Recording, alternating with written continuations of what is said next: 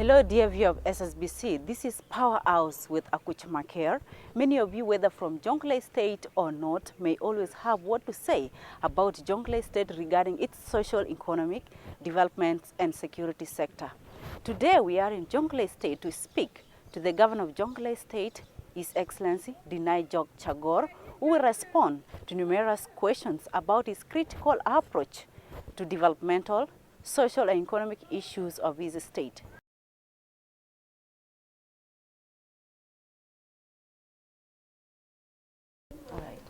Jonglei State is one of the states experiencing insecurity and floods, with many local being displaced. So what measures has your government taken in resolving those issues? Well, thank you so much, Chris, and thanks SSBC for being here in Jonglei State today. These issues has been happening for a very, very long time. And in fact, it's actually between Pibor administrative area and Jonglei State. It's not within Jonglei State.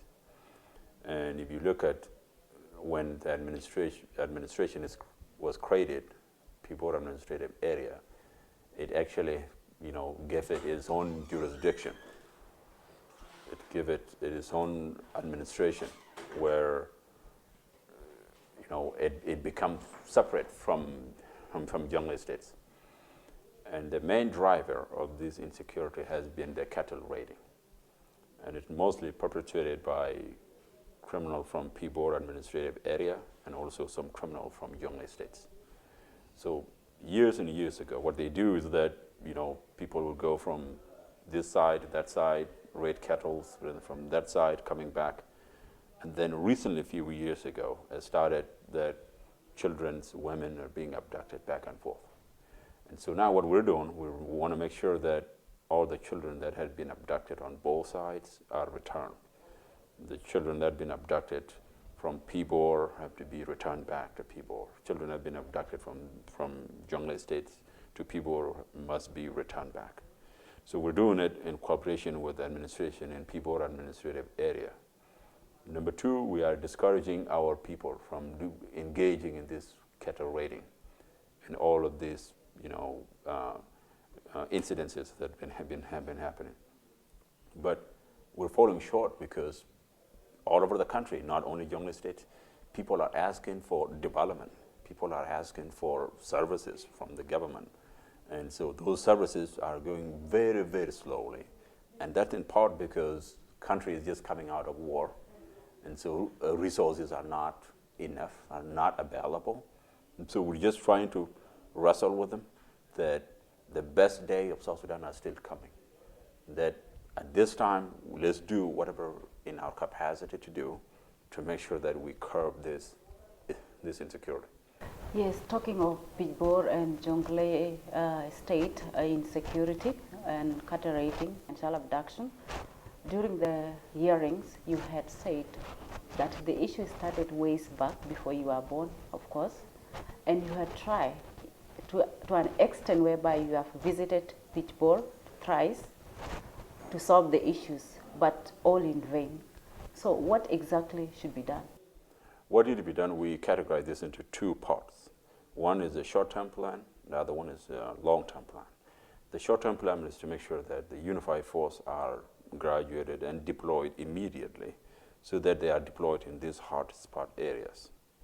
The long-term plan is to make sure that there is a disarmament country-wise all over South Sudan, not only Jonglei State alone. When the guns are taken away from the youth, then now we will see reductions of this violence because they're carrying out this violence using AK-47. If they don't have this, then they would figure out, how to survive, going to school or something else or not. These are the only proposal that I've given the parliament. If they could take it up to the leadership, if they could take it up, I would really, really appreciate that. In our capacity as the states, we are also calling the leadership of the country that let's focus on this. Like I said during the hearing in the parliament, this situation happened before I was born. And all the governors that has passed through this office, have dealt with it, and even when they left, they just left on. And it's not because there's no seriousness to it, and it's not because there is no urgency to it, and it's not because there is no plan to it to resolve it, but it's always because civilians are carrying guns all over the place. Development is not getting to their area. And if these guns are not taken away, security forces are not in the area where all this problem happens, then it will likely continue. So we want to make sure that we put a final stop to it. And that's why we propose these two things: the deployment of necessary unified force, and after that, peaceful disarmament all across the country. Just before you came in, the other government or the other ruling parties that were here, in what way have they ever tried to draft resolution taken to the national government? If ever they have done that before and it fails, so what makes you think that this one that you have drafted now will succeed? The reason I'm very confident that it will succeed, Honorable Kwal Manyang have tried it when he was governor in 2010. There was a disarmament that was carried out, and it was also country-wise, all across South Sudan, not only Jonglei states. Had that been done, and if there was no, this conflict that happens in 2013, if this gun had been taken away from the hands of civilians, we would see less crime now than what we are seeing now. We're seeing this now because, civilian has been, flooding in, with arms because of this conflict and because of conflict before that. So they have used these arms, in their own use, where if you get a rifle, the only thing you do is get the cattle and raid people, cattle, take children, all this crime. So I'm confident if we do it as a country, because this is not only Jonglei State alone. If you look at all the 10 State Flood 3 administrative area, you will see the issue of guns in the hands of civilians is the main priority everywhere. Even in Juba, in the capital city, now we're calling investors from different countries to come to South Sudan and invest. How do people invest if guns are firing all over the place? Okay, so this situation is something that needs urgency for everybody in South Sudan. And this is why it is so sad when politicians trying to politicize it and trying to use politics in the way that shouldn't be used. This is something that hits every family all across this country, because our economy depends on security.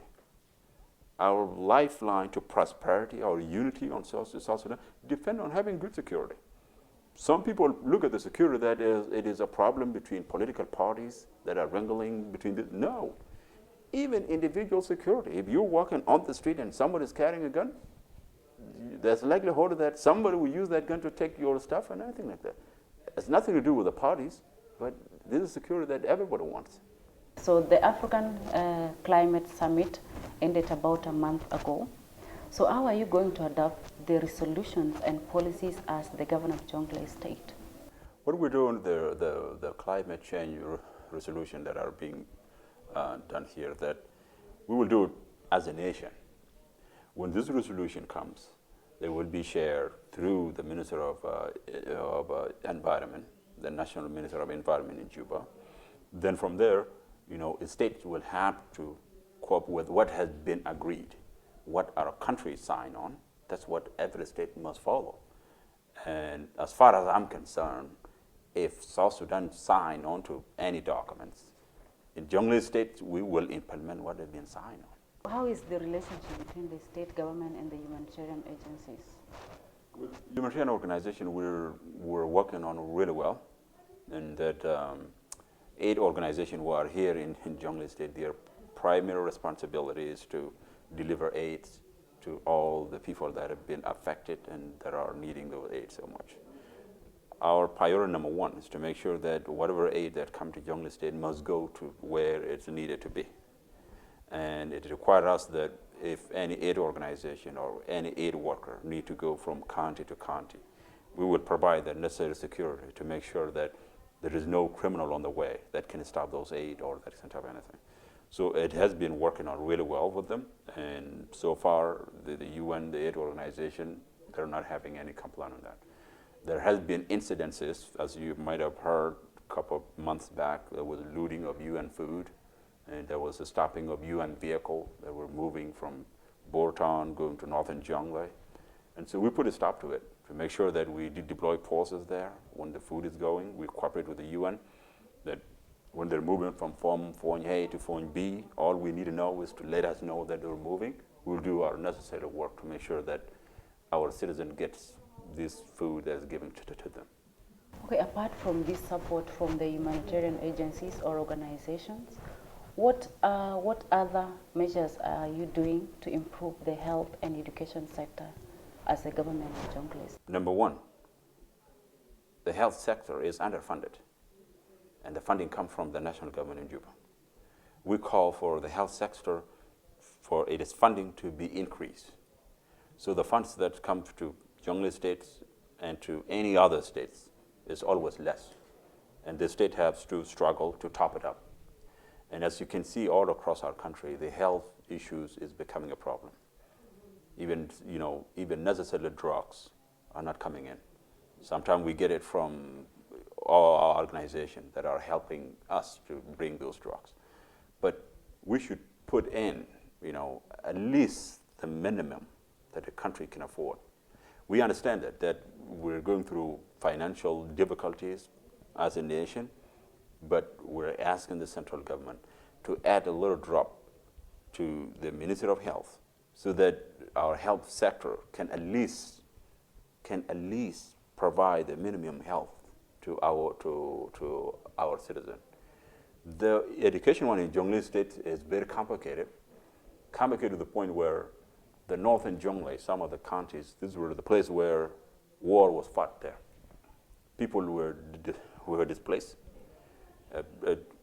Transportation from the state headquarters to those counties is not always smooth, sometimes by air, and then sometimes you get people who are from different political parties. They say this is a controlled area. We don't want some other political parties to come in. So this is something that we have to wrestle with it, to make sure that kid goes to school. And so we've been working on that to make sure that all those schools that were there before have to be opened up.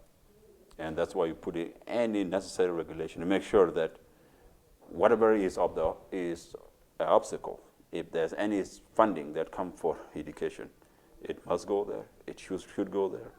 Our parliament are having the oversight over all of this, and so far we're going well, and we're keeping our eyes on it.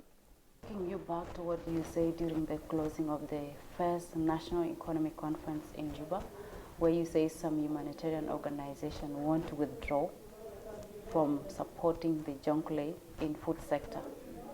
So what is your strategy in agriculture? Our nation, our country, not only Jonglei State alone, should start engaging and making sure that we cultivate our own food. The humanitarian organizations are fading up. Right now, we're getting notice that 29% is being cut, 23% is being cut, 30% is being cut. So the aid that have been coming into our country will not be coming in next year and years to come. So this is something that we need to have a strategic way of doing it now. That's why we said, number one, let's make sure that our citizens are secure. Once they're secure, they can cultivate their own farm. If they're not secure, they will never cultivate their own farm. They will be shrinking in small town. There will be no food. Hunger will come and devastate our country. So we need to make sure that we need to do something right now before small aid that have been coming in goes away. Right now, people are looking at us that we should do something, and we're not doing something. Most of our politicians are just getting engaged in small political issues that should not be the concern right now, as far as I'm concerned. We should be concerned of how do we make sure that we feed our own people in 2 to 3 years to come, 5 years to come, 10 years to come. UN will not be here with us forever. And so if we don't put more attention to this, then tomorrow we'll be surprised with a lot of catastrophe that will happen in this country. You just confirmed that there is no insecurity issues in Jonglei State. It is between Jonglei and Pitchboro. So why do we need security in order to do the agriculture in Jonglei State? Correct. What I mean by that is that the citizens of Jonglei states are not killing themselves in the way that we're seeing between people and administrative area. We're not seeing one county going to another county, abducting children, raiding cattle in the way that we've seen it there. But there are a small problem within clan, within families. You know, you've heard of this revenge killing all over South Sudan. When somebody killed somebody from that family, another one will come from that family, want to kill somebody there. If that is there, who's going to be in the farm trying to cultivate it? Because somebody will just go there and gun them down.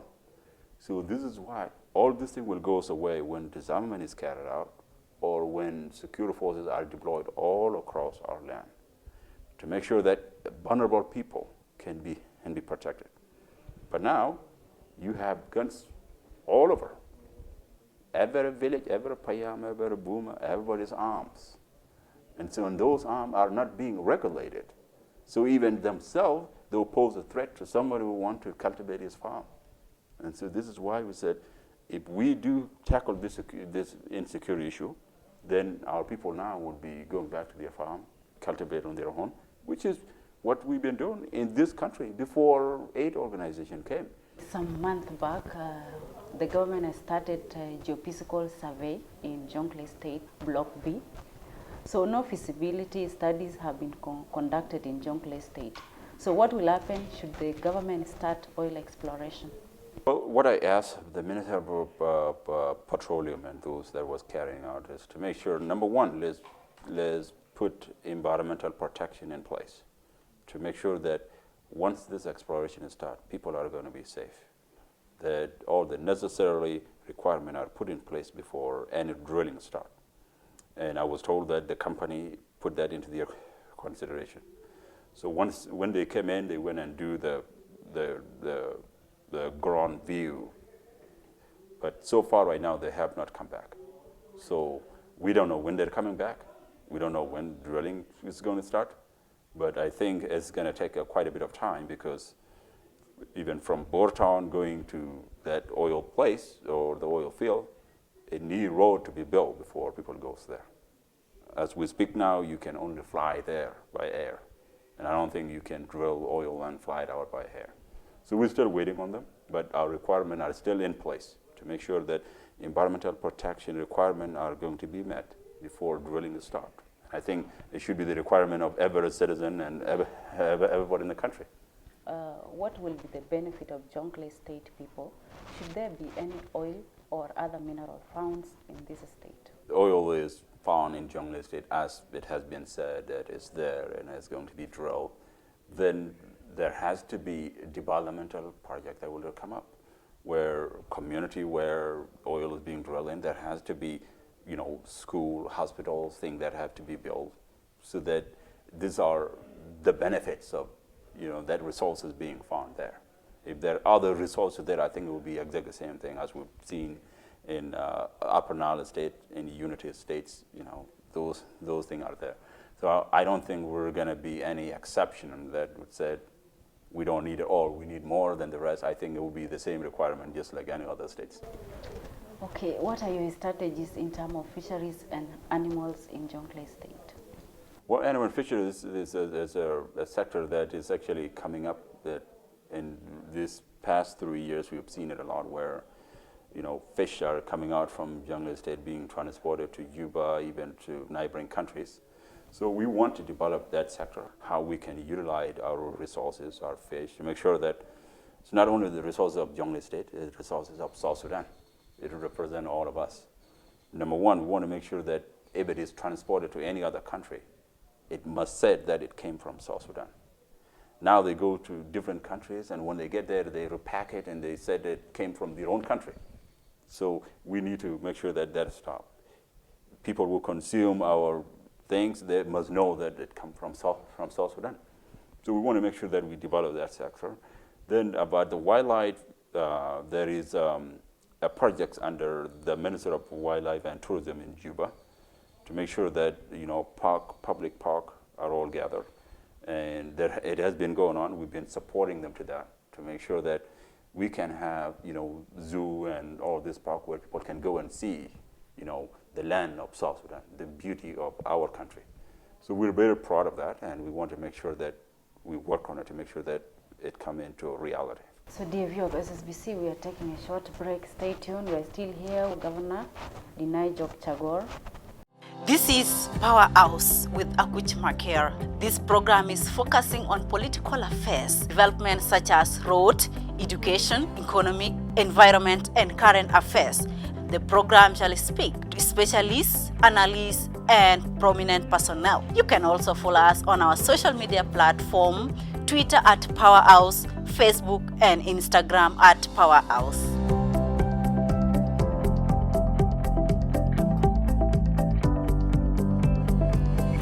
Dear viewer of SSBC, welcome back to PowerHouse. Do you have any development project that targets gender mainstream? Well, we do a number of them. Number one, we want to make sure that peace is cemented all across the country. We want to make sure that 35% is recognized everywhere, wherever it's needed. So, as you are very aware, the government that we're in is a government of coalition of transitional government with all the parties in it.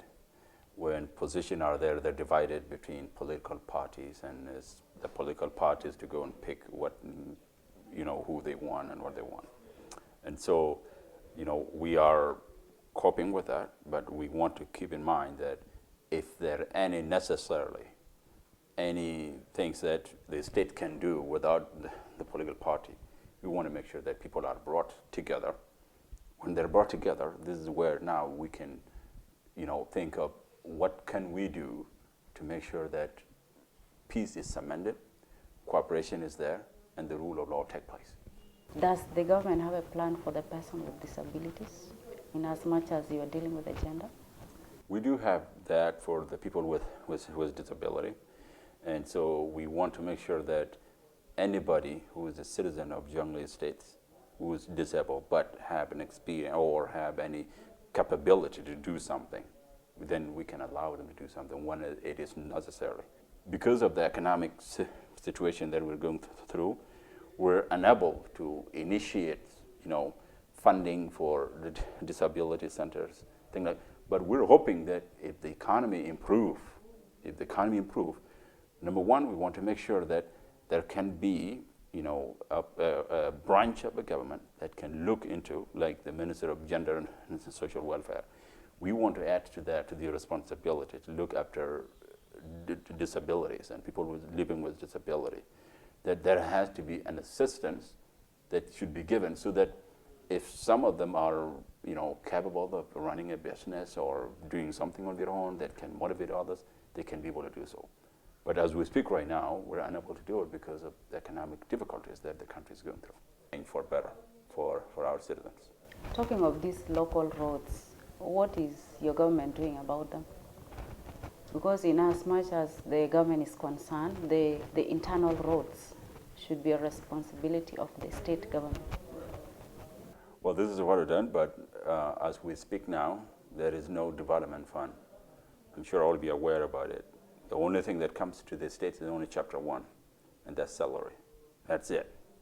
So you cannot cut salary of innocent civil servant to use it to build road. It wouldn't happen.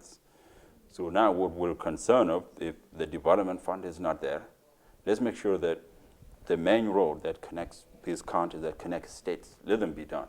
And that's what we've heard, that's what we were told, that, oil for road.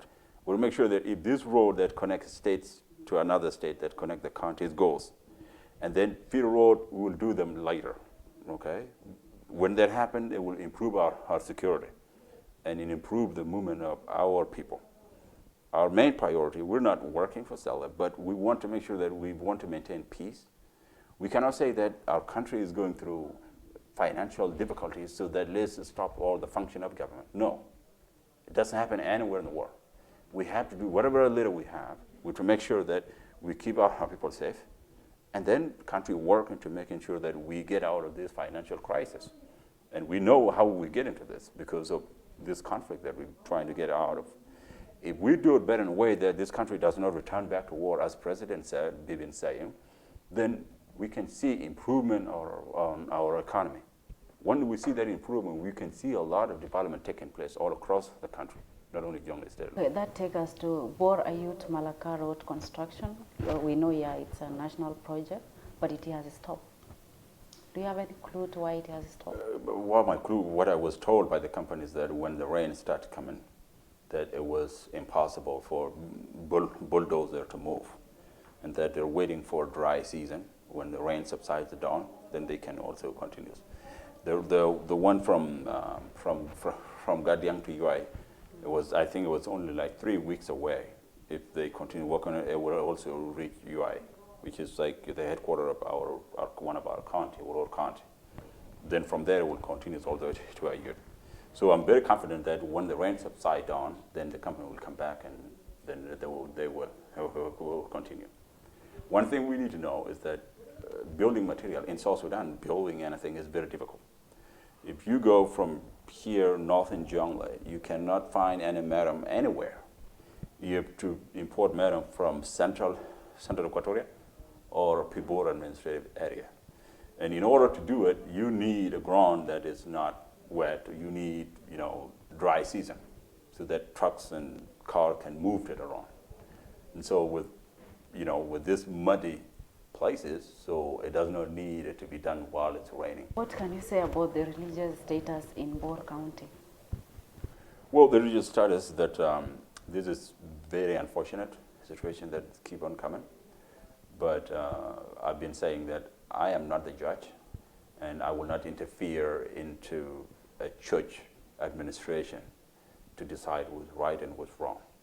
But what we've been telling them, number one, is that we want to make sure that our citizens are safe in churches, in all the worship places, whether in mosques and churches. We want to make sure that our people are safe. And if there's any issue within the church, it should be resolved within the church. And so we've been wrestling with this ever since I came to Jonglei State as governor. The problem between the two bishops or two pastors has been going back and forth. And it went all the way to Juba, went all the way to the office of the president. It went to the leadership of the church, and it's still there. But what we told both of them is that if you cause insecurity to our citizens, we wouldn't allow you to be here. But you go and resolve your issues, your problems, and let's make sure that we have an environment where our people go to church to pray to God, not, going there and be scared of somebody causing problems. It's alleged that you are spending 90% of your time outside Jonglei State. What can you say about that? I don't really respond to lies. And when politicians trying to make, political ambitions on things that are not true, lying about it, I tend not to respond to that because I'm doing my work. And if I'm not here for my people, I don't know why I would be still holding that seat sitting here. What would I be doing? And I'm sure you've been hearing about it, that at some point, politicians will even say that, oh, Governor Denay is doing this, why am I doing that if I'm not here, if I'm not doing my work? What am I doing? So those things are advanced by politicians who want to achieve political ambition, not anything for the country. And I think people should just pay attention on how do we make sure that our people are united? How do we make sure that our people work together to build this nation? As opposed to working against the progress. Okay? If I ask you about these politicians who've been saying this, right? People who even behave as if like South Sudan has like separate governments. Even when a president directs something to be done, some of them would say no. Okay, where do you get this from? Okay, as a one country, it doesn't matter who's sitting on the seat. Okay, tomorrow will be somebody else. If it is you tomorrow, would you want people to work with you or no? Okay, this is what we've been doing, and it's so irresponsible.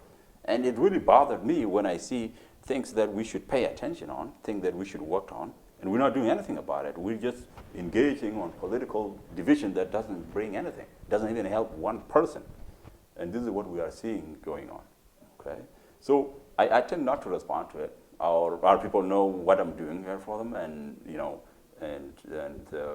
what I'm thinking about our people every single day is to make sure, number one, they have to be safe.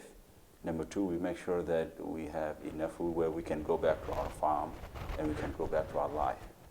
Because in this country, if we don't do that and we just engage in political rhetoric, then we're not going to achieve anything. Jonglei people seem to be happy with negativity, unlike the positivity. So in all the leaders that comes in, it is always the negative part that they captured and leaving the positivity. So what message generally do you have for them, be it on social media, be it in Jonglei state, or even the one that's outside the country? People are always getting this deception from few individuals who want to, number one, they want to achieve their personal ambition. Number two, they want to achieve their political ambition. And they wouldn't do it in open daylight. They want to do it through confusions of the bigger public. This is what I've been seeing in Jonglei State, even in the entire country. You see politicians talking about this is not done, this is not done. He or she is talking about it because there's something he or she is wanting to achieve through that confusion. This is what I've seen. So my message to people is that don't listen to negativity. If you feel that there's something that's not going right, you go and ask whoever is there.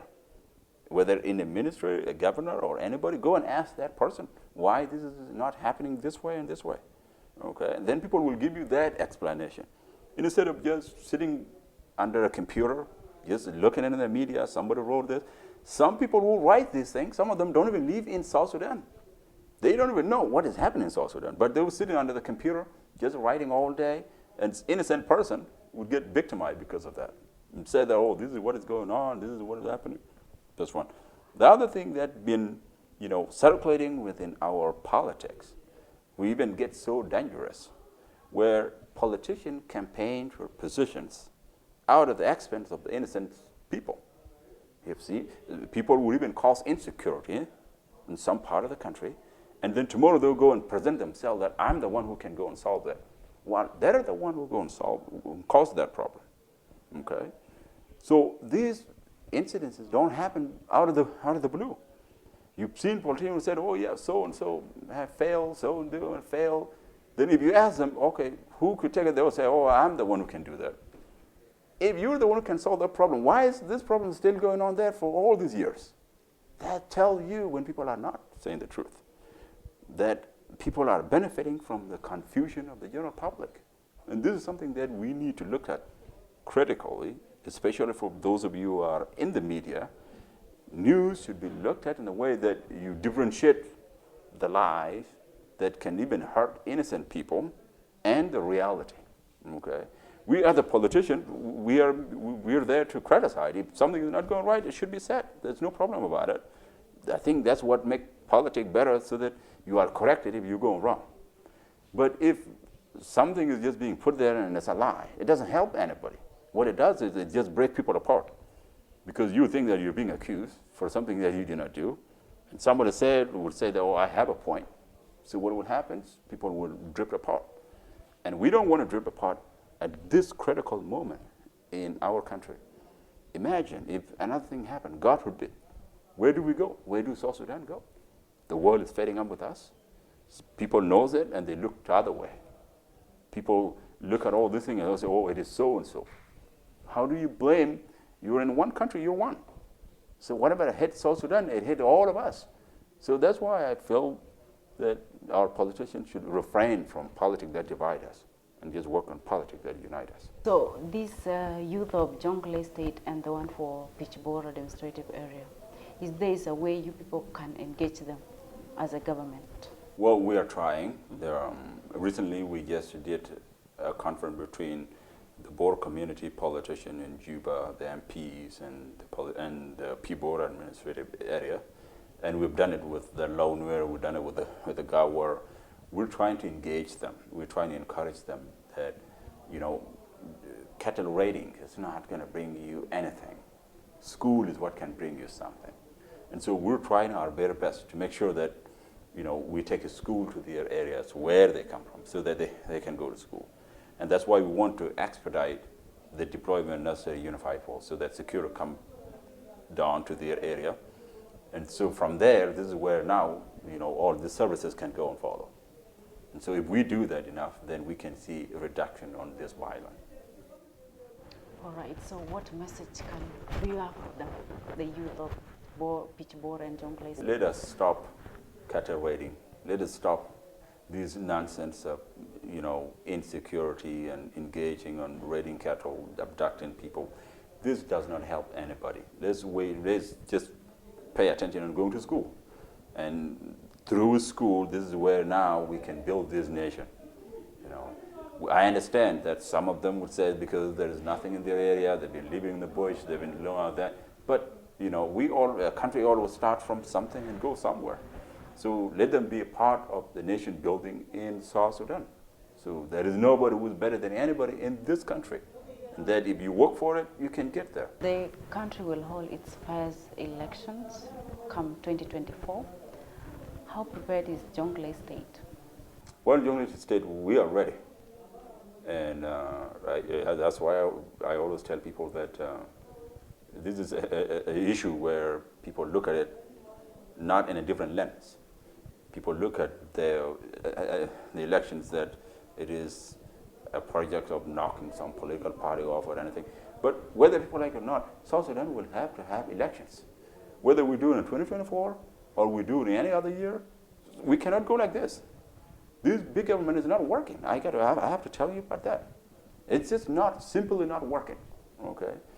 The government was 5 vice presidents and all this big government, even running it, okay? It is just not working for our ordinary citizens.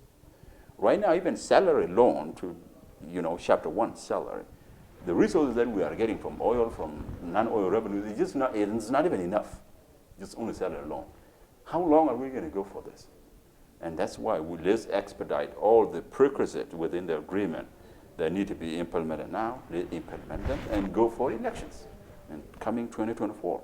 So that also, when election is done, here is what is going to happen. South Sudan will have one government. Right now, we don't have one government. Even when a president decides something, whatever that decision is, it goes to the political parties. The political party will sit and say, oh, we don't want to do this. We don't want to implement this. And then it goes down to individual line ministries or, all this institution, and people can decide to implement it or not. People can sit on it or not. This is not helping our innocent people. And so when we have an elections, we will have one government that can work with one directive, one line, one policy, and one rule. Then this is where now you can see South Sudan coming back together. Right now, we're operating in a different zone, but we sit together, we said we are one government. But in our heart, in the way we do things, it's not the same. And so that's why I feel that we should go for elections. But let's make sure that all the necessarily prerequisites within the agreement that need to be implemented, let's expedite it. Number one, unification of forces. Let's get it done. Political party, okay? Let's get it done. Our election commission, let's get it done.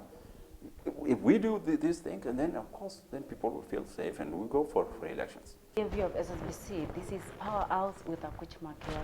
Today we were hosting His Excellency Denay Jock Chagor, the governor of Jonglei State, who was here discussing development, social and economic issues of Jonglei State.